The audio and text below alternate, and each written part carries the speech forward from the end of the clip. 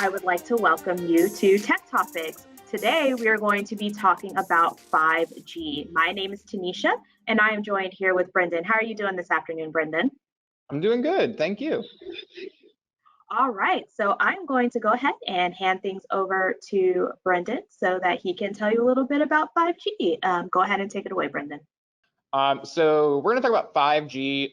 What is it, and really, what do you need to know as a consumer? And then, what do you need to know about the safety of it too? Because that's a really big item. So first off, before we get into it too much, we're going to do a quick resource shout out here. So if you used to use lynda.com, it's now LinkedIn Learning. And so this is a really good place if you'd like to get some more information about 5G after this, and if you just kind of want to continue learning about that. But to kind of get into our main show for today, so what is 5G? So I'm going to talk about this first in technical information, and these are kind of like buzzword information things.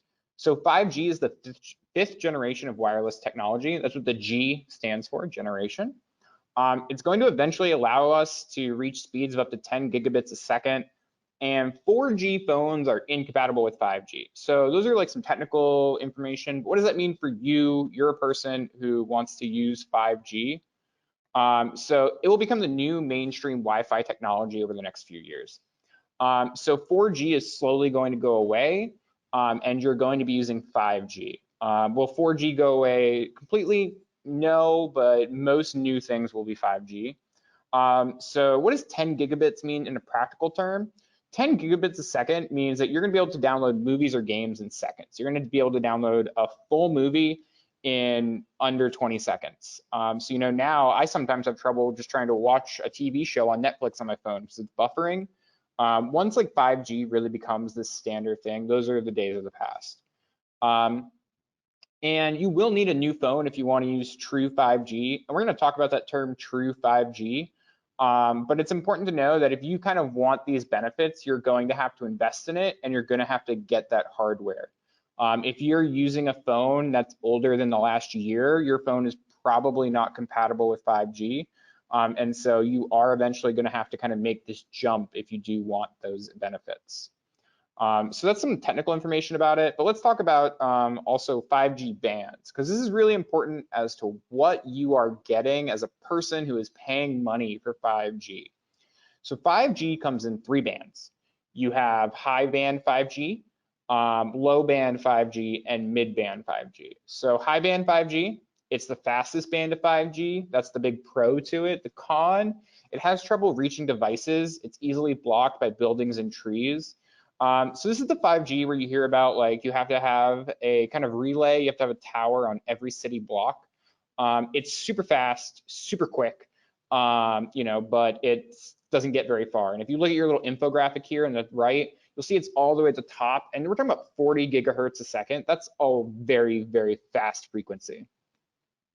Low band 5G is kind of at the bottom of it. So, the Pro, it has an easier time reaching devices. So this can go miles and miles and miles. It can go into your house. It can go through buildings, and it's not going to be stopped. But the con is that it doesn't offer that same speed. So there's always this trade-off of faster 5G or easier to access 5G. And so you would think, well, we have mid-band 5G. This is the middle ground of speed and access. But right now, few carriers actually have mid-band 5G. The problem with this is mid-band 5G used to be taken up actually by a lot of military frequencies, but the US government actually auctioned off a lot of those frequencies this year. So right now, it's very difficult to get mid-band 5G if you're just a consumer who uses, Verizon, AT&T, Sprint, whatever it may be. But in the next couple years, because these frequencies were auctioned off, you're going to see them more and more. And so we probably will see mid-band become the big thing. But right now, it's not too prevalent. Most people have either invested in high band or low band. So what do you need to know as a consumer to put this in some very simple terms, some things you know? First off, if you ever hear about 5GE or 5G evolution, this isn't true 5G. And so it'll be called 5GE, but it won't be compatible with your 5G phones. So they'll tell you, oh, it's 5GE and it works on your old iPhone. And it might be faster, but it's not something that you're going to be able to use years from now. So just because your device can get that 5G, so you did buy that new phone, it doesn't mean that your carrier has it too. So that's also something to think about. And you want to ask what kind of coverage you're getting. We were just talking about that high band. Because it's blocked so easily, it's really only economical in like very, very dense city centers. So if you live in Ruskin, you're probably not getting that high band 5G. And that's something important to ask. They'll tell you, oh, we have 5G, but you really want to be able to ask them what kind of 5G? Is this the high band? Is this the low band? Is this maybe mid band? And like, where am I getting it? Am I getting this in my house? Am I getting this where I spend time? And so, these are just important questions to ask your provider because they're really going to tell you what you're getting. So that's like some information for you next time you go into the Apple Store. I also want to spend some time talking about safety. I know this is a really important topic to a lot of people, and so I want to make sure that we can like kind of cover it. So first things first, on the left-hand side of the screen, you're going to see basically the Australian standard for what is safe as far as like your exposure to radio waves. So if you look at this chart, you can see that like the standard is, right to the left of that red circle. And so danger is 50 times the exposure to that standard. Think about like how much, chemicals you're allowed to have in your drinking water. There's a standard and then there's what's dangerous. So if you look, something from like a Wi-Fi, your TV, that's 30,000 times below the standard. So that's like your water being 30,000 times, less polluted than is even close to dangerous. And if you go all the way over, you'll see, exposure from Wi-Fi in the environment. So that's your 5G. That's 100 million times less dangerous. So in your day-to-day life, you're getting more exposure from radio waves from, your Wi-Fi connected oven than you are 5G. And so, some things to think about too in this safety. 5G uses millimeter waves, millimeter, very small. And so these waves are too weak to penetrate human skin. It's like trying to give yourself an injection with a spaghetti noodle. It's just not going to happen. It doesn't matter how many there are, how large the spaghetti noodle is, you're not going to do that. And just a quick quote from the World Health Organization here. Any health effects of low-level electromagnetic fields, if they exist at all, are likely to be very small compared to the other health risks people face in everyday life. So, even if it's 100 million times less, could there be some health effect? Possibly. But that health effect is not any more dangerous than the chance of you being crushed by a vending machine. And, that's something we have to live with if we want to get our Cheetos. So some quick like true false things just to think about. I kind of want people to take away from this. So 5G will replace 4G entirely. This is false. So 5G networks are built on top of the existing 4G LTE networks.